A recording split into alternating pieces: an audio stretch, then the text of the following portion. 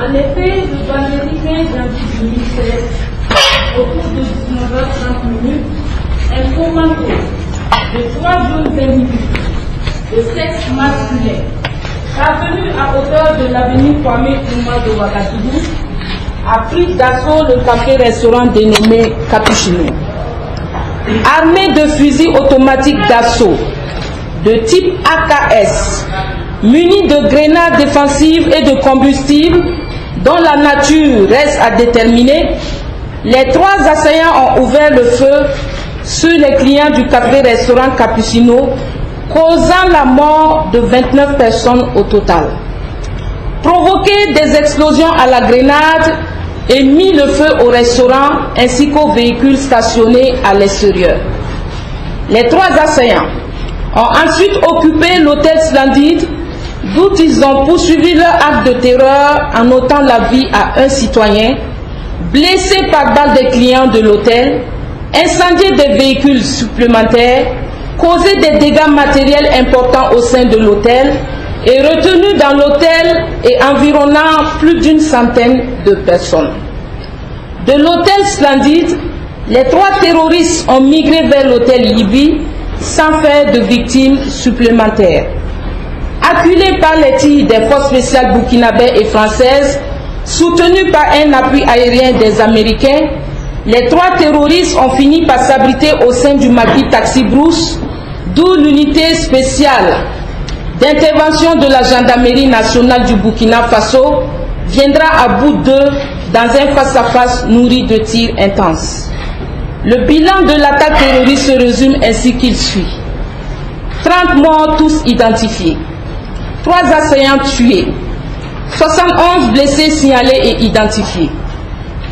176 otages libérés. 22 véhicules consumés. 24 motos consumées. 18 véhicules endommagés par des impacts de balles. Le café Capuchino consumé par les flammes. Le hall d'entrée de l'hôtel Splendide partiellement détruit, des fenêtres et des portes abîmées. Le maquis Taxi Brousse criblé de balles. Des portes et des fenêtres de Yibi Hôtel abîmées. Sous la conduite du procureur du Faso près le tribunal de grande instance de Ouagadougou que je suis, la compagnie de gendarmerie du Kadiogo a ouvert une enquête pour association de malfaiteurs en relation avec une entreprise terroriste, assassinat, tentative d'assassinat, prise d'otages, détention illégale d'armes à feu de munitions, destruction volontaire aggravée de biens, le tout compte X et toutes autres infractions que l'enquête révélera par la suite. Pour la circonstance, la France, les États-Unis, le Canada, Interpol Lyon et le Niger ont offert leur aide dans l'identification des auteurs, le rassemblement des preuves, la recherche des commanditaires et autres complices. Les investigations menées jusqu'à ce jour renforcent la thèse de 3 assaillants. Sur les 3 assaillants, 2 présentent des traits sahéliens, tandis que le 3e de teint noir présente des traits soudaniens. Le matériel employé pour l'attaque rapproche l'enquête de la filière djihadiste auteur de l'attaque du Radisson Blu au Mali.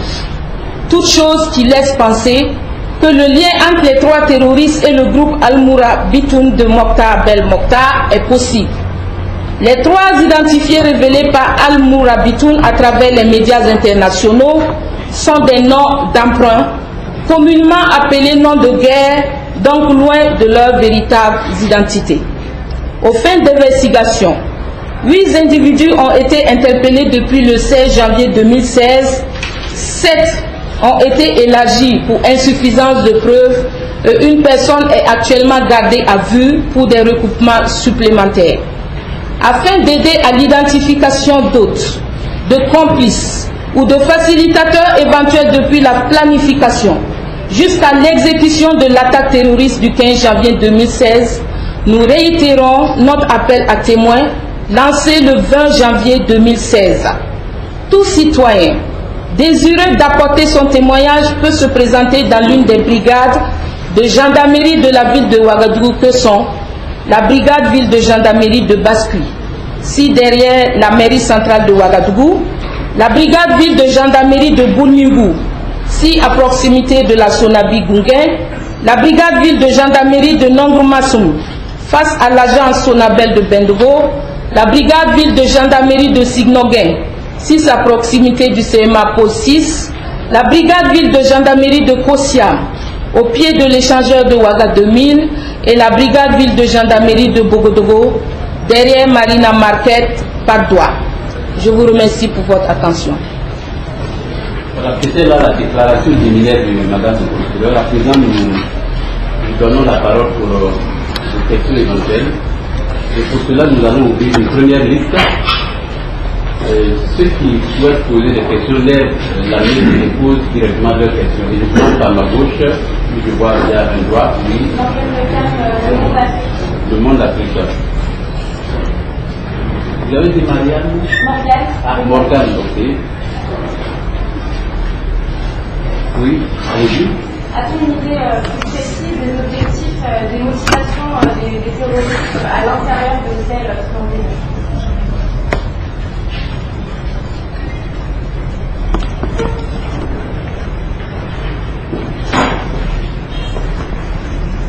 Ok. Oui.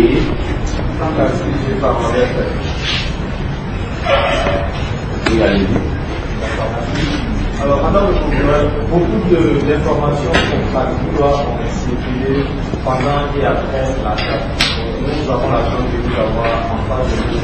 Dites-nous complètement ça, notamment sur le nom qui a discuté mort et éventuellement sur le serait en fait parce qu'on a beaucoup de nos partenaires qui, en tout cas, puisqu'on en a encore qui sont en substance d'être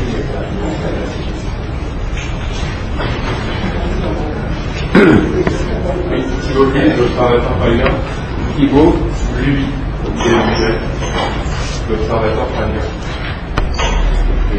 C'est sûr, les corps des victimes ont-ils été tous les corps des étrangers envoyés dans leur pays d'origine et que va-t-il advenir des corps des 3 assaillants?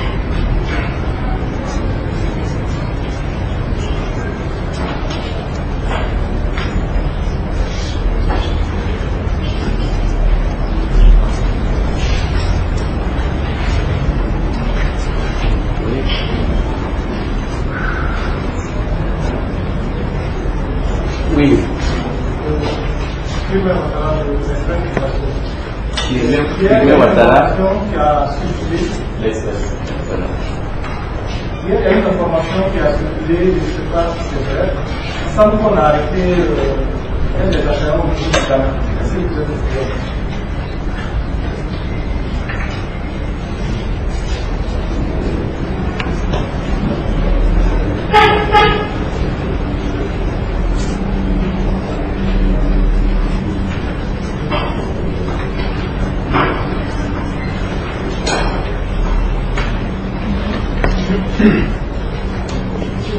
Oui.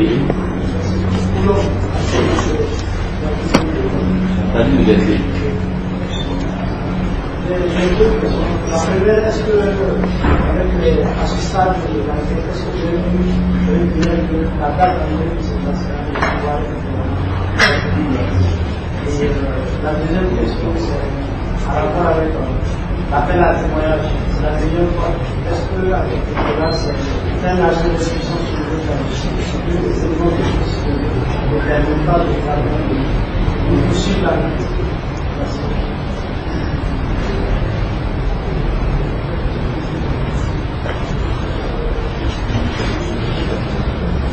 Je pense qu'on va peut-être marquer une halte, parce qu'il y a quand même certaines questions qui ont été posées.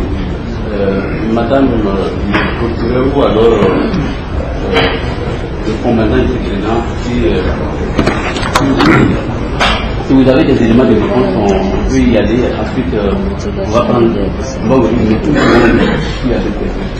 Pour répondre à la première question qui a trait aux motivations et aux objectifs que poursuivaient les assaillants en investissant l'hôtel Splendide, ce que l'on peut dire à cette étape, c'est que d'une part, l'hôtel Splendide a été utilisé comme un lieu de repli tactique pour les assaillants, Mais d'autre part, et là c'est encore une piste que nous suivons, jusque-là, la piste n'a pas encore abouti, mais elle n'est pas abandonnée. C'est-à-dire que la probabilité qu'il y ait une connaissance au sein de l'hôtel n'est pas encore écartée. Voilà ce que je peux vous dire à propos de cette question. Merci. Pour la deuxième question, beaucoup d'informations contradictoires. En effet, nous avons relevé cela avec vous. Par rapport au nombre des djihadistes, nous nous en tenons aux 3. Parce que nous avons récolté beaucoup de témoignages. Excusez-moi, nous avons eu à visualiser les vidéos, les caméras vidéo et les vidéos en notre possession, ce qui est toujours en cours. Nous avons suivi le déplacement de ces djihadistes. Ce sont les mêmes qui étaient au Capuchino, ce sont les mêmes qui étaient à l'hôtel Splendide et ce sont les mêmes qui ont été abattus. Donc nous nous en tenons aux 3 djihadistes. Ça répond en même temps à la question de ceux qui sont morts. Comme je l'ai dit tantôt, ce sont les mêmes qu'on a aperçus à Capuchino, ce sont les mêmes qui ont mis le feu au véhicule, ce sont les mêmes qui se sont retranchés au niveau de l'hôtel Splendide et ce sont les mêmes qui sont morts. Et donc pour ceux en fuite, nous n'avons pas d'informations là-dessus. Donc nous nous en tenons aux 3 djihadistes. Et comme le capitaine l'a dit, nous cherchons toujours des complices. Nous cherchons à savoir s'il y a eu des complices ou pas. Donc l'enquête se poursuit à ce niveau. Les corps, est-ce que tous les corps des victimes ont-ils été envoyés dans leur pays d'origine? Je dois dire la majorité des corps. Parce qu'aujourd'hui, on me dit que les corps des Ukrainiens doivent être toujours rapatriés. Donc hier et depuis le lendemain, avec la journaliste franco-marocaine dont le corps a été le premier à être rapatrié au Maroc, s'en ont suivi d'autres rapatriements de corps. Je crois que c'est l'Américain qui a été enterré à Yako, selon le désir de leur famille. Sinon, les Suisses ont été rapatriés hier et aujourd'hui on me disait que les Ukrainiens devaient l'être. Les Canadiens? Les Canadiens, ça j'ai pas encore d'informations là-dessus. Mais je dois recevoir bientôt, je dois recevoir après cette conférence l'équipe canadienne. Par rapport au corps des 3 assaillants, nous allons les enterrer. Nous allons les enterrer. Nous allons déterminer le lieu après. Voilà. La question posée par rapport à l'un des assaillants qui aurait été arrêté au niveau du Ghana, nous avons suivi l'information avec vous. Nous avons cherché à vérifier, mais il est ressorti que ce n'était pas l'un des assaillants terroristes, mais plutôt impliqué dans l'attaque de Yimdi. Donc c'est l'information que nous avons reçue. A-t-on repéré la date d'entrée des djihadistes? Pour l'instant, avec l'aide des Américains, des Français et Interpol qui est sur le terrain avec nous, et des Canadiens qui sont toujours là avec nous, nous sommes en train de faire, toujours de continuer l'enquête. L'enquête est toujours en cours. Et je crois que par la suite, vu le développement de l'enquête, nous pourrons répondre à cette question. Sinon, pour l'instant, nous sommes en train de voir avec nos services de renseignement, de voir avec les témoins, de voir avec les vidéos, de voir avec les téléphonies mobiles et autres, de retracer tout le déroulé de leur parcours, de leur entrée jusqu'à la commission des faits. Donc pour l'instant, l'enquête est toujours à court à ce niveau. L'appel à témoins n'est pas un signe de faiblesse d'impuissance de la justice. Je peux vous assurer que par rapport au premier appel qui a été lancé, nous avons eu plus de 100 auditions. Il y a plus de 100 personnes qui sont venues pour témoigner, pour apporter leur concours, leur témoignage par rapport à ce qui s'est passé. Mais il est normal que nous continuions à lancer l'appel. Peut-être qu'il y a des gens qui ont toujours des témoignages et qui n'ont pas encore été entendus et qui ne sont pas encore venus donner des informations. Et il est tout à fait normal que nous les appelons afin qu'ils ne se retiennent pas pour dire que tout témoignage est utile. Ils peuvent peut-être négliger leur témoignage, mais avec l'audition qui sera faite et avec nos forces de défense et de sécurité, avec les recoupements qui seront faits par les différents témoignages, ce témoignage peut être capital pour la suite de l'enquête. C'est pourquoi nous ne cesserons pas de lancer cet appel afin que toute personne qui est toujours réticente, qui détient toujours des informations, de venir dans ces différentes brigades pour apporter son témoignage, parce que c'est toujours capital pour la suite de l'enquête. Donc voici, je crois que j'ai répondu aux questions qui étaient posées. Oui. Alors nous aurons une nouvelle liste. Donc, je sais que de ce côté-là, on n'était pas allé. Alors, est-ce qu'il y a des droits par là? C'est vrai qu'on est un peu caché par... Oui. Je voudrais savoir, est-ce que celui qui a été accusé de légalisation pour sa nationalité est un Est-ce qu'on connaît ça? Sa nationalité. Sa nationalité. Et dans quel cas il a été c'est dans lequel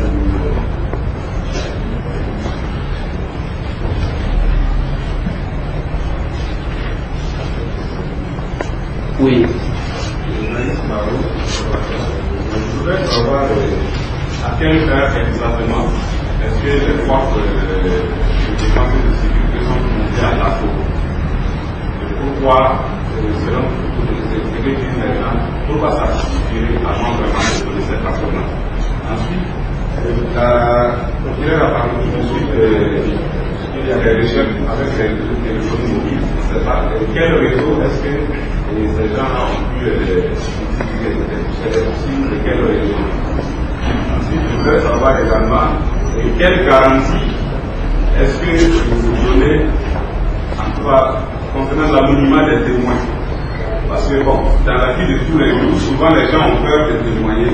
Parce qu'ils disent que bon, après ça te prend beaucoup de temps et tu peux quand même avoir des problèmes. On voit ça souvent même dans les accidents comme ça de circulation. Souvent les gens ne veulent pas aller témoigner parce qu'après ils disent que ça devient des problèmes. Ici, là, quelle garantie est-ce que vous avez? Et moi, je voudrais savoir particulièrement, parmi les témoignages, est-ce que vous avez reçu des témoignages venant peut-être des autres? Venant des zones techniques qui vont apprendre. On peut pas faire des quartiers qu'on appelle le mouvement. Et ma dernière question, vous avez dit qu'on allait enterrer les corps de trois, je ne sais pas, ils ont déjà été enterrés ou bien on va les enterrer?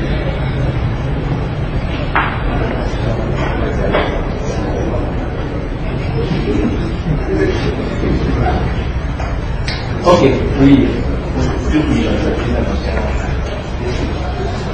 Madame le procureur, je voudrais savoir, s'agissant des journalistes, est-ce qu'on a des traces de trois personnes qui sont passées donc, à l'attaque avant justement cette étrange attaque terroriste? Est-ce qu'il y a des gens, des témoignages concordants qui permettent de dire qu'ils étaient par exemple à Ouaga avant le vendredi 15? Est-ce qu'il y a des gens qui les ont vus? On se souvient que le directeur général de l'Islamique Hôtel a dit qu'il n'était pas logé. Est-ce qu'on sait à peu près où est-ce qu'ils étaient, où est-ce qu'ils ont pu se dérouler avant de passer à Nantes? Est-ce qu'il y a des gens qui les ont vus avant cela? Oui. Des premiers du journal Libération. Pardon? Des premiers du journal Libération. D'accord, Libération. Juste une question, je ne suis pas sûr, je voudrais revenir sur la première question. Je ne suis pas bien sûr d'avoir compris la réponse du capitaine. Il a parlé d'une connaissance, c'est ça, une des questions que vous suivez, c'est sur une éventuelle connaissance des terroristes au sein de l'hôtel. Exact. C'est-à-dire, c'est une complicité ou alors c'est quelqu'un qui recherchait, qu'est-ce que c'était? Je vous pose dans votre BF. S'agissant des assaillants, moi je voulais savoir quelle appellation si entre terroristes et djihadistes.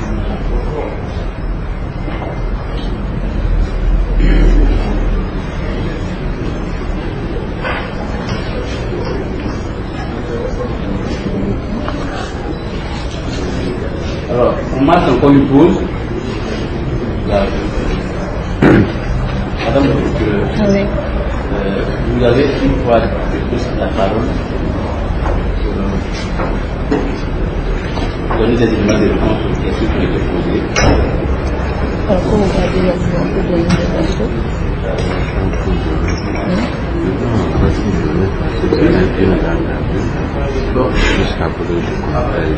Voilà, elle a déjà la parole pour le moins. Après, Je vais répondre.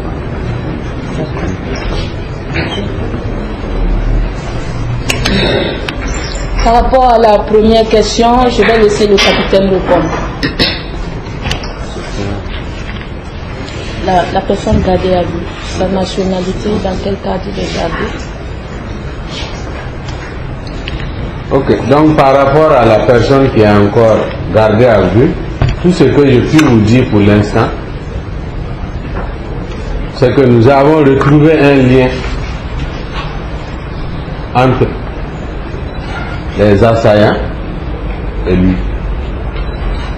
Maintenant, c'est quel est le niveau d'implication entre les deux parties que nous cherchons encore à développer, à nous faire une idée plus exacte.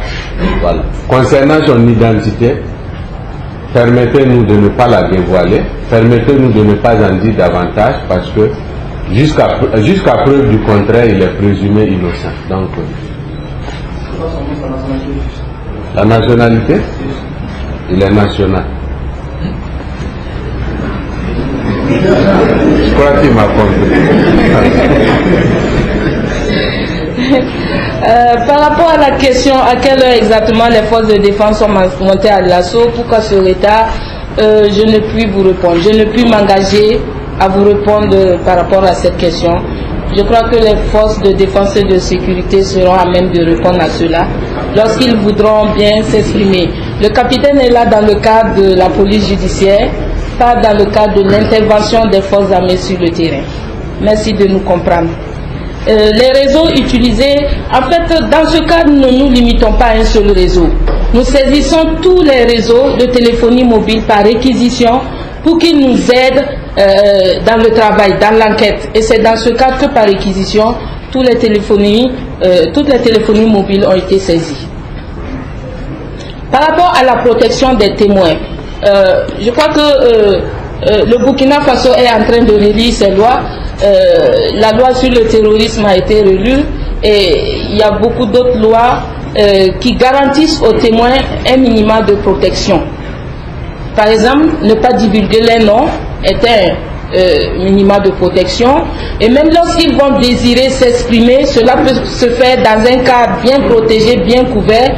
Et ne pas divulguer les noms, c'est dire garder l'appellation des sources d'une personne digne de confiance. Voilà. Donc il y a un certain nombre de mesures qu'on a eu à prendre pour ceux qui voudront s'exprimer et qui ont effectivement peur pour leur sécurité. Je puis les assurer que toutes les mesures sont prises parce qu'il faut effectivement un minimum de protection pour ceux qui désirent témoigner pour qu'ils ne soient pas par la suite objet d'attaque des terroristes. Les témoignages des périphériques, comme ce que vous avez dit, pour l'instant nous sommes en train d'entendre, de faire des auditions.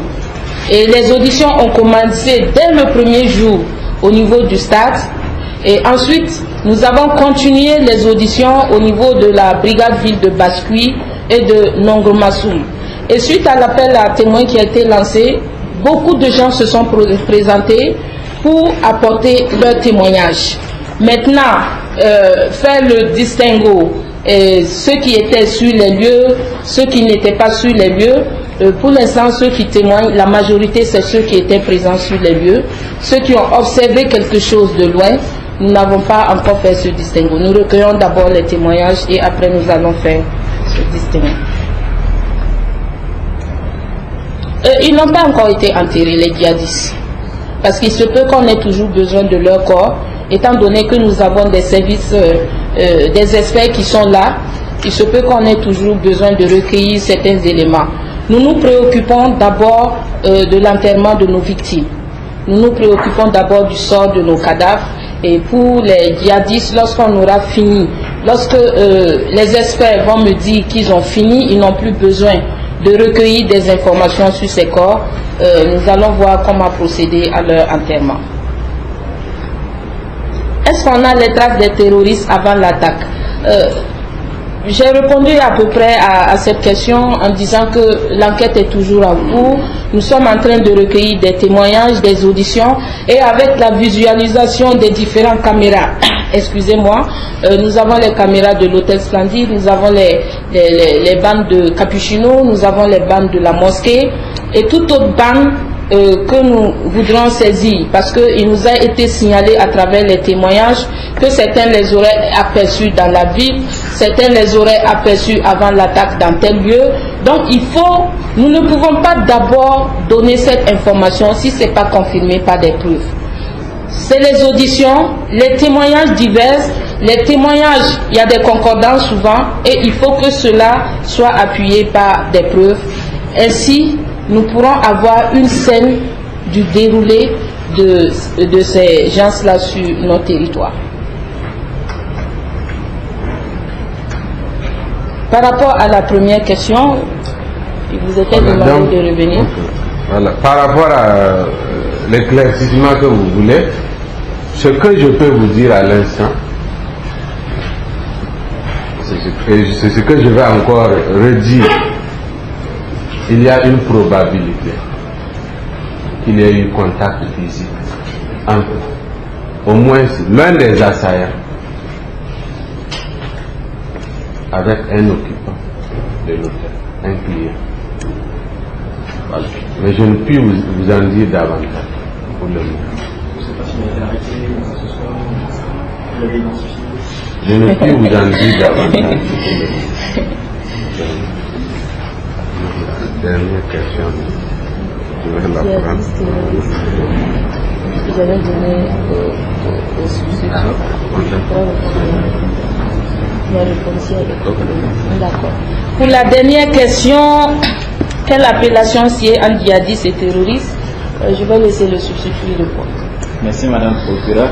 Alors, doit-on les appeler terroristes ou djihadistes? Pour tout vous dire,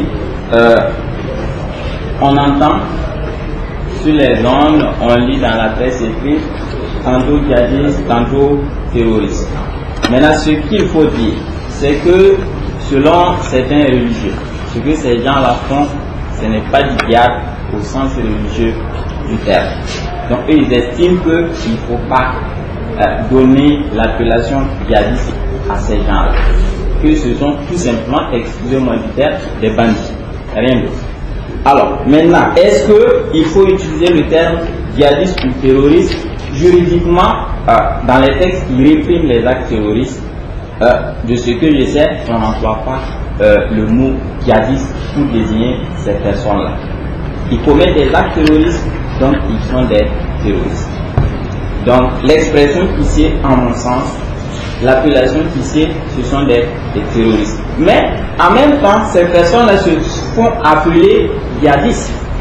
Donc, de sorte qu'il y a certains juristes qui disent que si eux-mêmes, ils décrivent ce qu'ils font comme du djihad, donc il faut les appeler des djihadistes. Donc, pour vous dire qu'en fait, il n'y a pas une position tranchée sur l'appellation djihadiste ou terroriste dans le langage courant. Mais pour nous, les juristes, ce sont des terroristes parce qu'ils commettent tout simplement des actes terroristes. Donc voilà ce que je pouvais dire sur cette question. Merci madame.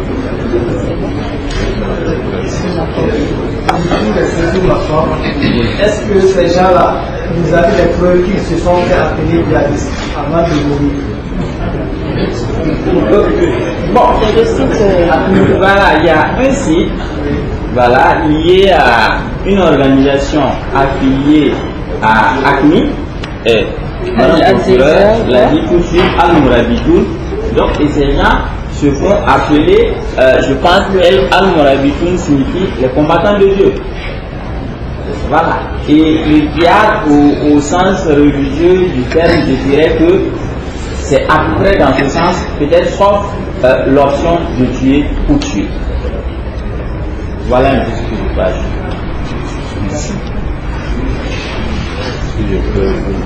Alors, donc, le capitaine de rebondit. Voilà, donc par djihad, entendez, comment on appelle ça, le combat sain. Mais est-ce que dans l'acte posé, il y a quelque chose de sain? Je ne crois pas. Voilà, donc je pense que la qualification de terroriste est celle qui sied la mieux, parce que ce qu'ils font, ce n'est rien d'autre que de la terreur, rien d'autre. Voilà. Je crois que l'islam n'a rien à voir avec ça. Eux, ils se réclament musulmans, mais je ne pense pas que ce soit le même. Alors, on va ouvrir, Dans ce cas, à Paris, ils ont ouvert une enquête. Maintenant, moi, je me demande, on fait une enquête, on ouvre des procédures sur deux procédures sur la même affaire. Peut-être que Madame le procureur me dit qu'il y a aussi d'autres pays comme les Canada qui ont ouvert des dossiers sur la même affaire. Finalement, s'il y a un jugement, chacun juge de son côté ou bien qu'est-ce qui est prioritaire?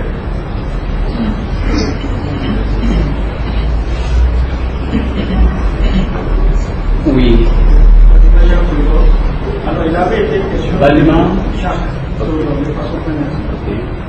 Alors, il avait été question de l'interpellation d'un des candidats à la présidentielle nigérienne.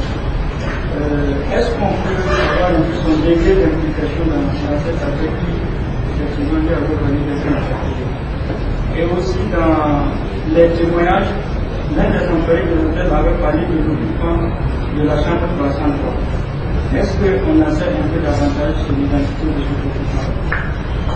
Merci.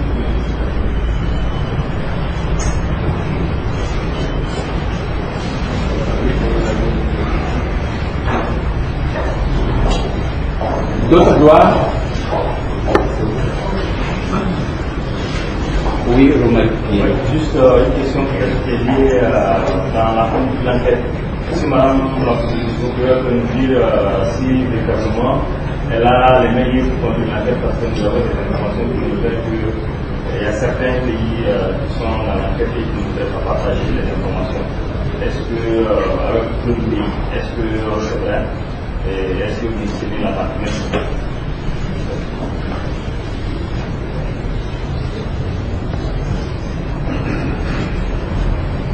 S'il n'y a plus de gloire, je suppose qu'il n'y a plus de questions.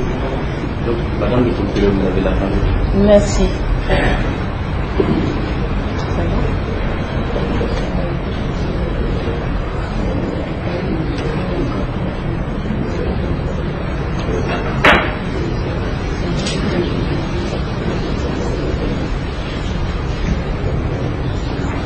Je vais reprendre.